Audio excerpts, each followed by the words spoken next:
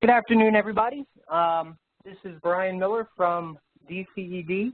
I'm also joined by Javon Clark from Lawrence County CAP, Community Action Partnership, for today's Western PA COC Coordinated Entry Training. Today we're going to be reviewing some system functions. It's going to be primarily in HMIS-based training. We're going to cover some bold features. We are going to be recording the training, and we do have a PowerPoint, and we will have a guide for one of the new features that we are going to be going over, and we will have that available for everyone hopefully within the next 24, 48 hours. And any of the new features that you are going to see here and we'll point out, they are planned to go into the production system as of tomorrow morning. So the new features that we'll point out will be available in the system starting tomorrow. These are the training objectives, and I don't know if Javon, if you want to, if you have any summary or anything you want to say as an introduction, or if you want me to just keep on going. You can keep on going. Gotcha. Basically, the training objectives are to gain knowledge of the system updates that we're going to show you.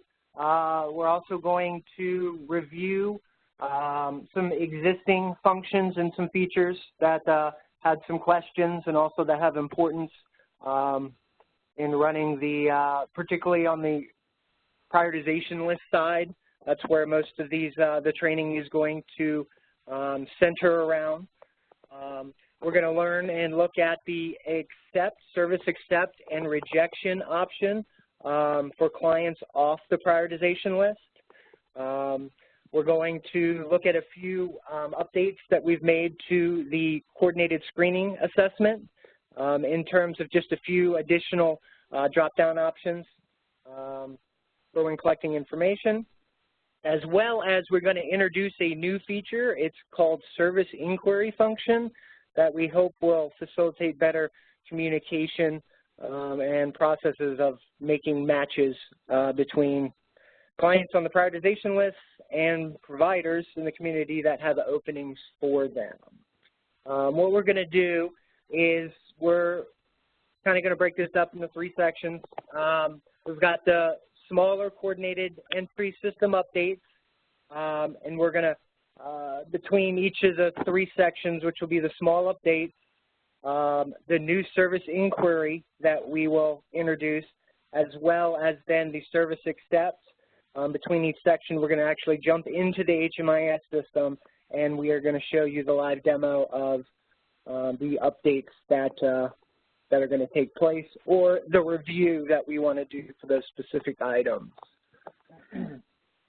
As far as the smaller updates are concerned, with the coordinated entry, the screening, we've made a couple updates to the homeless location within that homeless assessment grid where you record their homelessness history.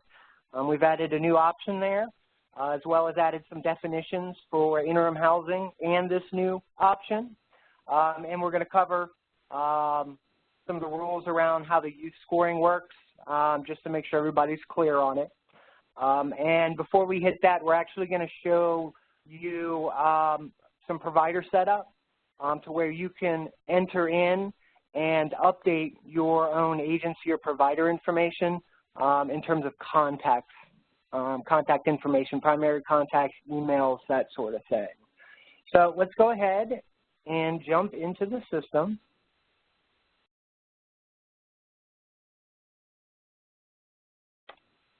Okay. Where I am is we are actually on the Providers tab where the prioritization list is, and that's where primarily the entire training is going to center on. Now, when you are in the Providers tab, everything is, surrounds the provider itself, and an HMIS provider is synonymous with an agency. So that's why your agency is listed at the top of the screen, and you want to make sure that it is at the top of the screen when you're doing any actions in here. Now, what we want to show you is I know a lot of times we've concentrated around the Western prioritization list. What we want to show you here is some setup options within the provider itself that can be used and will be used specifically with the service inquiries that we're going to show you, but also can be used down the road for additional communication means. Now, when you go into the provider tab, you should see these 4 main folders: provider management, prioritization list, provider setup, and provider reports. Those should be available to pretty much everybody. When you do click on them, they open up. What we're going to concentrate on is the provider setup, and within that kind of gives a few options that actually allow you to configure the actual provider that you're on. So we're going to go into Edit Provider, and that's a way to basically update your information in the system. Now, most of this stuff has already been set up. We handle a lot of this stuff from the administration side, and we also are going to go in and try to update as much of this information that we have and have received from LCAP for basic setup, but we want you guys to be aware of this, and this is something that you guys can go into and update if changes need to be made, or even if you want to review it to make sure the information is correct. The main area that we want to concentrate on is the top section, which is, of course, the provider section. Shows name, your main address. Here also it shows central office phone as well as a central or general office email. These are important, so we have a central place for communication to send it to, kind of almost like copy everyone when communications are made. So that can be used to fill in like a general mailbox. And then we have the provider contact information, and that's kind of the other important part that we wanted to show you, is you can enter in a primary contact with their phone and email address, as well as a secondary contact with their phone and email address. So you can go in and update that, or at least review that. Like I said, we're going to go through and try to update everybody's provider profiles the best we can for tomorrow's release. But this is available to everybody so that they can go in and update their own information if changes occur. All they have to do is go in, enter the information. The emails are especially important because a lot of the communications through the system is email-based, so you do want to concentrate on those. Once you have made the changes, all you have to do is hit Finish, and the system will have them, and we will be able to look at them and use them for later communication, especially during emails, during the service inquiry part.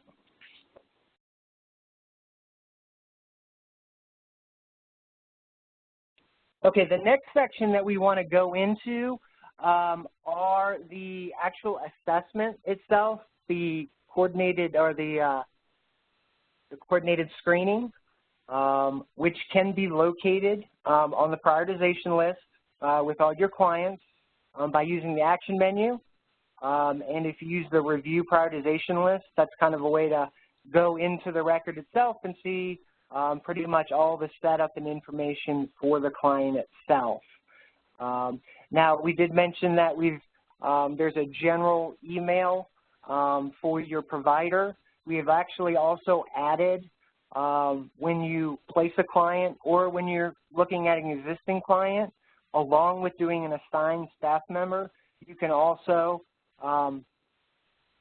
type in or put in a general mailbox for your provider that can be used for secondary contact purposes. Say, the assigned staff is out on vacation or not there or moves on.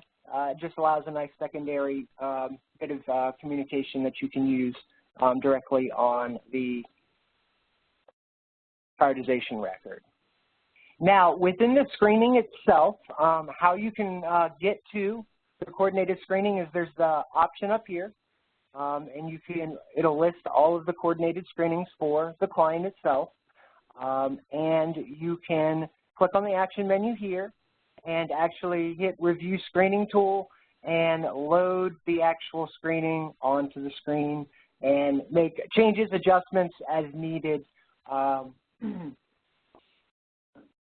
as you're updating clients and scrubbing your list. Now, the two areas that we wanted to discuss, the first one was the updates that we made in the homeless assessment area, which was actually within the homeless episode grid, where you enter in the information about their homeless history for the last 3 years. And it's actually the homeless location. We've actually added a new one, which is hotel, motel paid for by government or charitable organization. So that's a little bit different than emergency shelter. So that can be added and used and inputted into the grid going forward.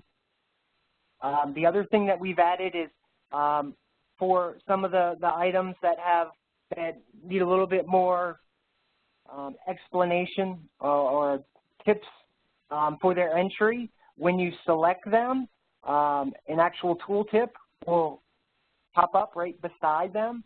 And as you can see for hotel, government, paid by government or charitable organization, if you hover over the tooltip, it'll give you a little explanation or a little hint on what that location is specifically supposed to be used for. So as I said, this isn't a regular, just any hotel, motel visit. It's one that's specifically paid for by a voucher by the government or a charitable organization. We've also done the same thing with interim housing, since this one has a very specific definition. And this homeless location should only be used to signify when a person is currently enrolled in a program but is awaiting placement into permanent housing. So it's a very specific definition of when interim housing should be used. It's when they're still literally homeless, but they're actually enrolled. It's not supposed to be used to indicate something like couch surfing or doubling up or in any other situation that isn't on the list here. So I wanted to point those out. So those will be available starting tomorrow within the system. The other option that we wanted to talk about, or at least review, is the youth scoring. If we go all the way to the scoring itself, as you can see, the youth has its own category on its own, and it's actually worth, a youth is actually worth 70 points within the scoring itself, so it is a decent amount of the scoring total. And what we want to do is tell you where that youth score comes from. It actually is determined, since basically the rule for youth is anybody that is under the age of 25. So it's anybody 24 and younger. So what we do is we look at the person that you're entering, or who is the head of household, and we use their date of birth. So for the youth scoring, anybody with a date of birth, and an age that's 24 or younger will get those 70 points. So that's why it's important that you do collect the date of birth for as many clients as you possibly can, especially for youth, so that they can get credit for those points for their placement on the list.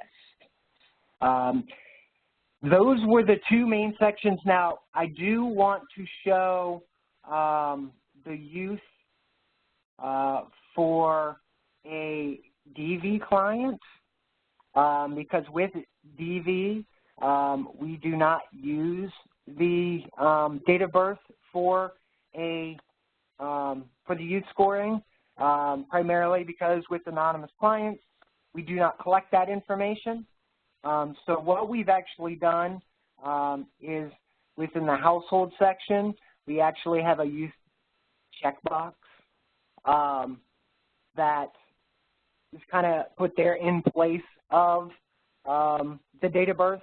So if you have any DV or anonymous client that you're entering that is 24 or younger, you can check that box, and that is how you can obtain the youth scoring.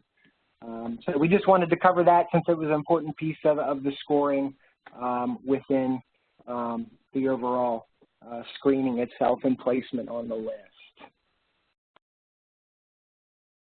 Okay, if we go back to the PowerPoint, I believe that covers the main sections that we wanted to, as well as the provider setup. What we can move on to next is the actual new option that we are releasing, and it's called Service Inquiry. Basically, the Service Inquiry will assist providers with finding potential matches on the list by sending an electronic inquiry, as well as an email, to the household assessment agency to begin the communication of potential placement. For now, this will only be available for general clients, general assessment centers, due to some domestic violence protocols and sharing of data. We're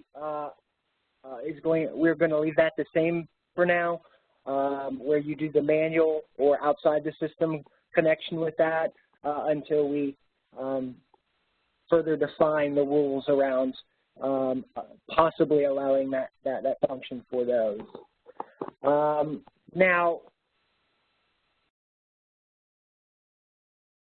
with the service inquiry, just to give you, we're going to go through a couple of these quick screenshots, and then I'll go into the system and give you a full demo and an overview of it. It's located within the community queue record, or the prioritization record, down at the bottom, kind of right next to the service accept rejection button, as you can see here. That's where you can perform an inquiry. And what it actually does is it allows you to collect information, who it's from, what service type, and then we've also created a service inquiry option to where agencies can go into the system and see the inquiries that have been sent to them. We've also added some alerts in the system to help them better identify when an inquiry has been sent to them, so that they can take action and continue to engage in the communication from the person that sent the inquiry. So let's go ahead and go into the system itself to better explain the service inquiry itself. Now, kind of an overview, you know, as you're doing your scrubs and as you're doing your county reviews, one of the points of doing that is you're looking over clients that are on the list that you as a provider may be able to serve. You know, someone, you know, is in my county, needs permanent supportive housing. I have an opening. I want to talk to this client to see if they're eligible and try to get them into my program. Right now, that's all done manually. You know, you click on the record, you contact I think mostly you contact the assessment center that facilitated the placement, and you begin the process over the phone to get in contact with the client and move through the process that way.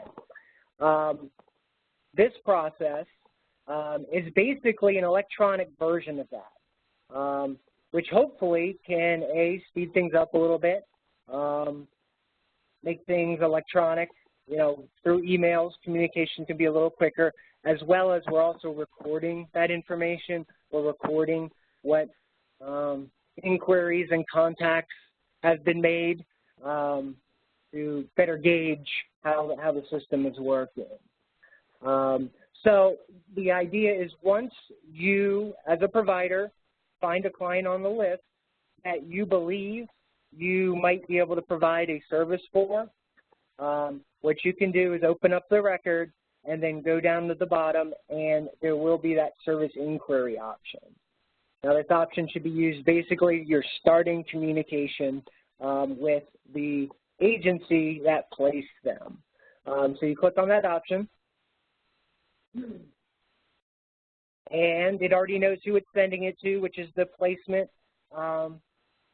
provider, and it's going to have the main case manager attached to it, as well as the general provider email. That's why it's good to have that in the system as well. And it asks for the date, as well as who is the inquiry from. And the list is basically going to be a list of your providers. 99% of the time, you have a single provider. There are a few agencies that have multiple ones because they serve multiple different counties or geographical locations, so you want to make sure you do select the proper one or which county it's coming from for accuracy, as well as what service you're sending it for. And then we have basic subject and note, which you add in for clarity when communicating with the inquiry.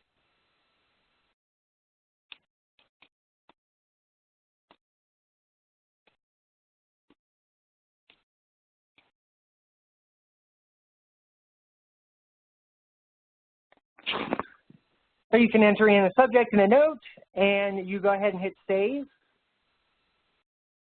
And at that point in time, the system will save the inquiry, and it basically will be sent to the facilitating agency. So they will receive it within the system. And then also this email will pop up, and it basically shows a bunch of information about the inquiry itself, the date it was on, who you're sending it to, who is the placing provider, the actual client, the service, as well as who is actually inquiring about it, as well as any notes. Now this is open, so you can add any additional notes that you want down at the bottom. And it is kind of an open email template, so you can also add additional email addresses. But as you can see here, what we actually fill it in is we send it automatically to the case, the assigned case manager, as well as the provider's general email box if it's filled in. And then we also carbon copy the primary and the secondary contact of the provider. And that's one of the reasons we showed you that provider setup at the beginning, because we're going to use that information to try to get these inquiries to basically in as many people's hands, or at least through the email, as many people's hands as we can through email, so as many people know about it and can act upon it. But you can always go in and, just like a regular email, add your own email addresses there, or make changes to the language itself. Once that's good, you basically hit send, and that will actually send an email to the parties. Now, with the actual inquiry itself, the neat thing about it is, while it's an inquiry is its own thing, what we also do is within the coordinated intake notes, it's actually its own category now. So along with having your community list notes, as well as your intake and assessment notes, you have a service inquiry note. So all service inquiries will be listed and can be seen by everybody else as well. So it can help when people are reviewing other lists that, oh, well, someone else is sending an inquiry, it's been acknowledged, to help with the knowledge and communication process. So that is how you send an inquiry. At this time, it is one at a time. So for each client that you think you can potentially send, house or possibly want to speak with to have a spot, you'll need to go in and send an inquiry for each of those clients. Now, on the receiving side, so there's going to be, since pretty much everyone is not only doing the scrubs and attempting to pull off the list, they're also an assessment center. Many of you will also be receiving inquiries from other providers for the clients that you've placed. And what we've actually done is, that's what this service inquiry option here is new option within the Western Prioritization List folder. Now, what we've actually done is when you load the Provider tab, we've actually up here at the top, we've added a notification here. So anytime you have a new service inquiry, or at least service inquiry that hasn't been answered, it will light up and it will actually give you the number of inquiries, notifications that you do have. So it's a quick way of, you can take a quick glance and see, whether you have any, any inquiries that you need to act on. You can even click on it and it'll give you a little, you have a service inquiry for a client on the list. So hopefully that'll help with the alert process. Now, since we see we have one, we're going to go ahead into the service inquiries, and this is going to show, of course, all the inquiries. And now it's going to show both those that you have sent and those that have been sent to you. So that's why we've given you some filters, so you can, look and see if any of the ones you've sent have been looked at, as well as view the ones that you have received. So we do have a filter where you can see the ones you've sent or received, as well as the statuses for either pending or acknowledged. To try to make it a little bit easier once we get the system going and people have, start getting a lot of inquiries going. Okay, now, with the inquiry itself, it lists the basic information of the inquiry, who it's to, who it's from, what the service is, and what the client. It also shows the status. There are basically only two statuses. When an inquiry gets first sent, it is set to a pending status. It's basically pending or open. The second status that we have is called acknowledged. So it basically means, hey, I've looked at it, I'm working on it, I've acknowledged it. So we've kind of kept it kind of simple so that there's only two statuses within the system. To go and view an inquiry, we have our regular action button here, and we have the edit receive inquiry in which you can go ahead and review the information in the inquiry. And it's kind of mapped out a lot like a coordinated intake note.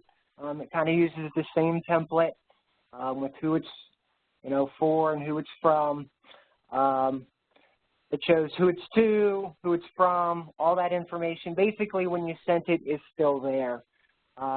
You can add to the notes as well as you can also change it to acknowledged. You can also send follow-up emails to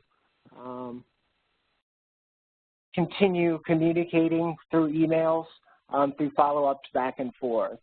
So this is basically a nice way to start the process of connecting the client, your client, at the assessment center, facilitating with a possible match.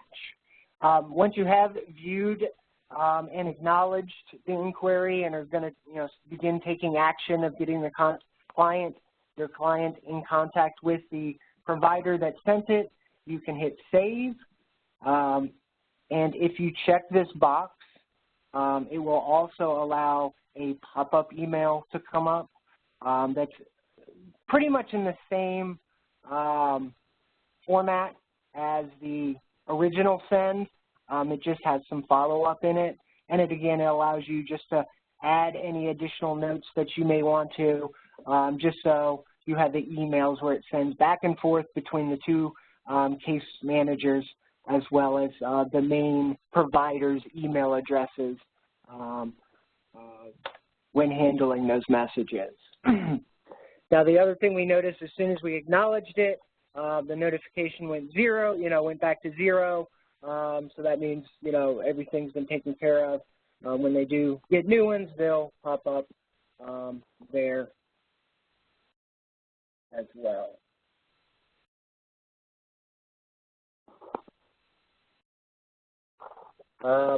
that is basically the service inquiries in a nutshell.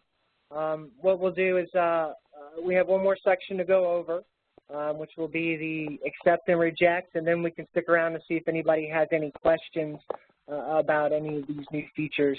And if you have any questions now, we do have a chat box that you can go ahead and answer or ask any questions into, and we can get to them at the end of the training as well.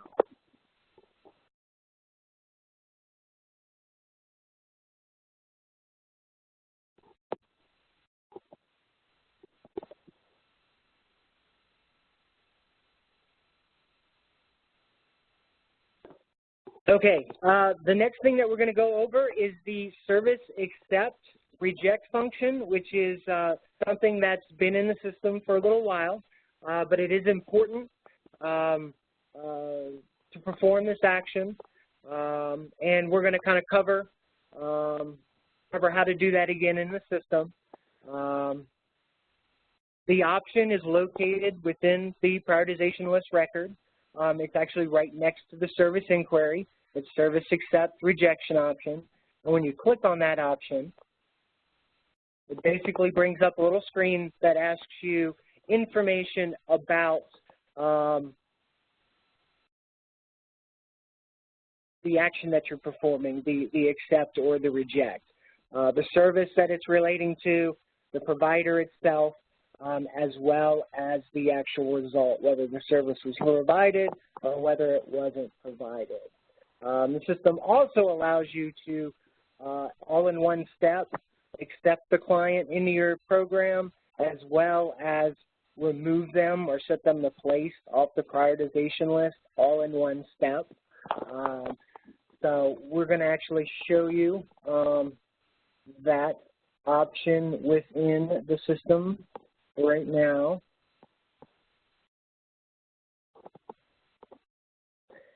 And this kind of ties in a little bit with the inquiries, because the inquiry is going to be your first step.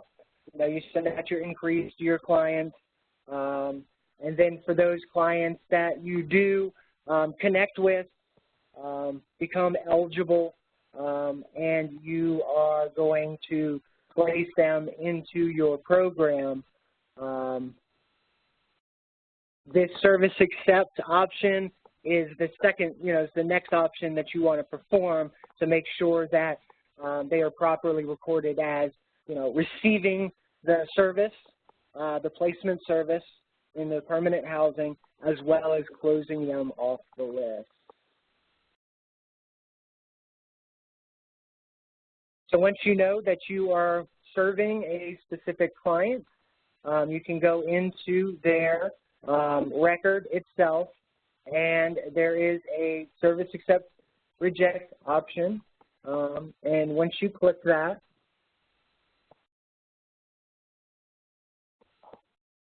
it brings up a screen that allows you to collect the service that you had been, working on with the client, the provider itself, which most times it'll be, just like explained during the inquiry. Most of the time it's going to default to a primary one, but if you do have specific counties, you want to make sure you select the proper one for where they're being served. Then we do have accepted or rejected. This does allow you to record both outcomes. So if you, perform an inquiry with someone, work with them, they're eligible, not eligible, the next step you can then come in and then if they're enrolled in your program, you want to do an acceptance. If they are not, you can come in and perform a rejection, which allows you to actually record in the system the outcome of your inquiry. So with accepted, you select accepted and you have the results. For service provided is probably going to be the main result that you do. Now when you do an accepted, the system will allow you to also, in the same step, set the client to be placed on the prioritization list. So that allows you to not have to go back to the list and actually manually set the status, from new or in processing to placed. It'll automatically, do it all in one step here. However, if you're actually accepting a non-permanent housing service, like emergency shelter, it doesn't allow you to close them off the list, since they haven't got they should only be removed from the list or set to placed when they've got a permanent housing solution, which includes either permanent supportive housing or rapid rehousing. Those are the two options that allow you to set them off the list. Same thing is true with the rejected. If they're rejecting the service, they're not receiving it, so of course we're not going to, the system is not going to close them or allow you to close them off the list as well. So what we're going to do is go ahead and hit accept, and I'm actually not going to close it off the list because there's another example that I want to show coming through with this service accept. But once you've done that and decided to place them or not, we highly recommend, if it's permanent or rapid, to also set them to be placed. You hit accept reject from the list, and the system will record not only the service accept, but will remove them from the list if they are, if you've chosen that option. And then what it does is it refreshes the screen and gives you a bunch of navigation options. And the nice thing about doing the service accept and removal from list is then you can start an enrollment straight from the screen. So it gives you almost a one-step to do almost 3 processes in one, where you're recording the service, you're closing out the the prioritization list record, and you're going ahead and recording the enrollment. But if you're not ready for that, you can also go to the client dashboard or return the prioritization list, which will probably be the main popular options to go here. We also have return the list record, which you can do as well, and we're going to do on this case in case you want to go back and revisit that record itself. And that could be in the case where you want to record a rejection and go back, and maybe you need to record something else, so you want to relook at the record itself. Now, one thing I do want to show you about the service accept. Now, I'm going to go through it again. With the service accept, that's something that you want to try to do to remove clients off the list. But we do know in certain cases, a client may have received a service that was provided by a provider that isn't participating in HMIS, is a non-COC or non-ESG, VA provider. Like a good example would be maybe the client got Section 8 or housing choice vouchers from the housing authority. We still want the acceptance to be recorded, and then we still want them to be closed, but we don't necessarily want it to be recorded to a specific agency, since it was a provider, an agency outside of our system. So what we've done is we've actually created an option that is available for all providers, that when they go into the accept, you'll have your own provider or providers, and then you'll have this third one that's non-participating provider outside COC ESG.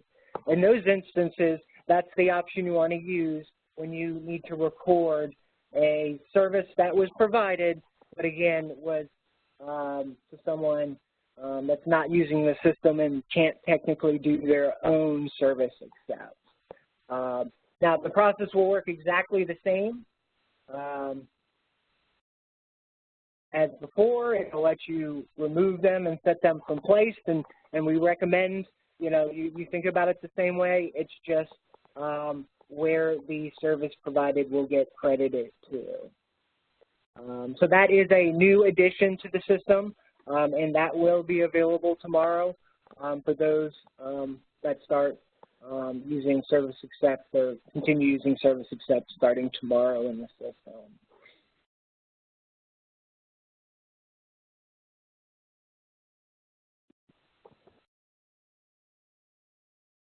And when I return to the record, I do want to show you down at the bottom, what you will see is it'll actually show the non-participating. Is down here at the bottom on the grid, it shows all the services they have as well as any accepts or rejects they may have. For any that have non-participating or outside provider, it will be listed as such right here within this area.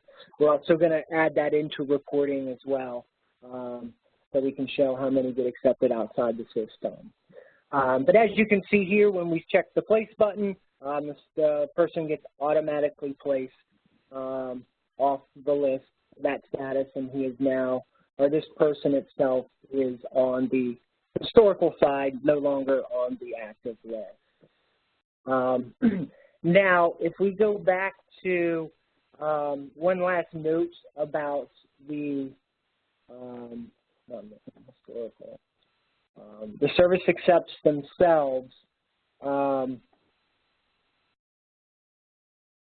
We've had some questions where people have accidentally made a mistake, like they've done a service accept and it was for the wrong service, or maybe they didn't accept and it was supposed to be a reject, or like in this situation here, I did one for permanent and for rapid. That's most likely a mistake. They probably wouldn't have services for both of them.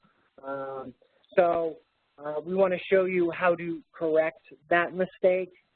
And you can correct them for any service accepts that you directly enter. And where you can find them is they're actually in the system themselves. They're technically labeled as referrals. So if you go into the provider management folder, and it opens up, there's actually a referrals option here. And if you click on that, what it's going to show you is a list of all your service accepts and rejects, because that's what the West is using the referrals for right now, at least in terms of what HMIS sees them as. So you can come in here and using the action menu, you can actually delete them if a mistake was made. I'm going to say that the permanent was actually a mistake because it was actually rapid rehousing, so you can delete it. And that's how you can, you can't fix a mistake, but you can delete it and then re-enter it. So then when we go back to the prioritization list, and I go and I look up John again, you can now see that the permanent one is gone, and of course it won't be there on reporting either. I know it doesn't happen often, but it was pointed out that it does happen, so I wanted to point out, we wanted to point out where you could delete that. I believe that is the end of the training. We've covered all 3 sections, so what we can do is, it's only 1:46. I don't know if anybody has any questions. They can go ahead and enter them into the chat. Don't know if, Javon, if you have any notes or anything to add from any of this, or anything I may have missed, or anything you would like to cover. No, the HMIS functions look good to me. I did receive a question through the coordinated entry drop form. It was from Michelle Hatch. And her question is, if a client refuses a program offer and their name comes to the top of the list again, do we need to make the program offer again? If yes, how many times do we make this offer before we move on to the next person?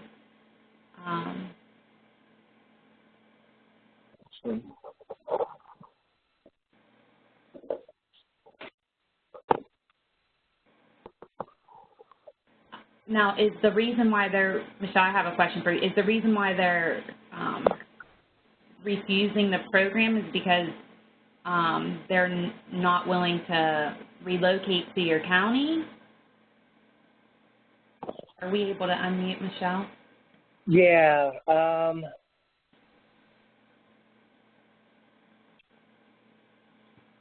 What was her last name? I'm sorry. Michelle Hatch. Michelle, I think you're unmuted. Hey, Devon. Can you hear Hi, me? how are you? Yes, I can hear you. So in the past, in April, actually, she declined the program, and she didn't give a reason why. She just didn't want to participate.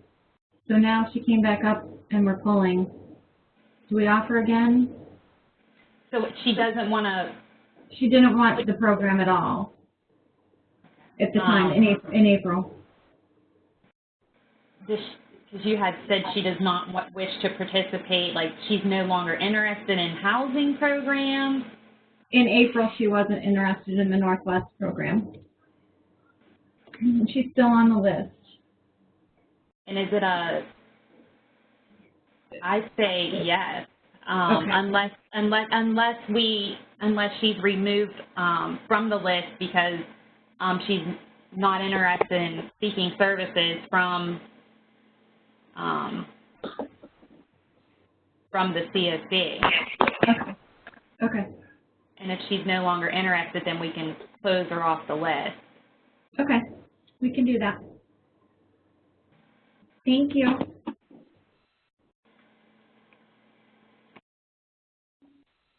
I had a question come in through the from Sandy. Do we still make program offers for clients who are missing?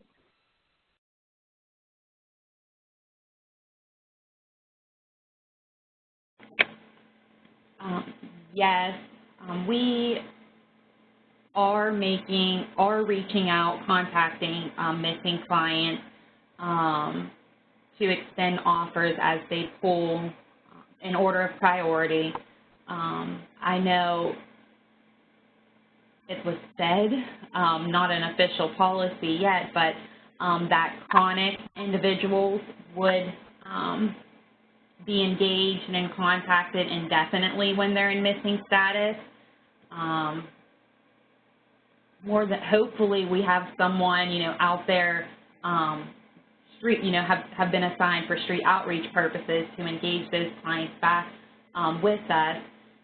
But as for like those homeless clients that are not chronically homeless, we're looking for the system to pull them automatically from the list after 6 months, and I know there's some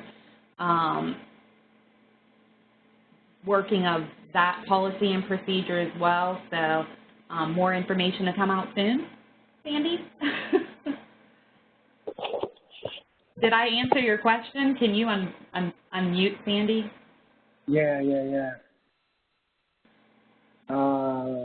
Okay. You should be unmuted, Sandy. Yes, that answered it. Thank you.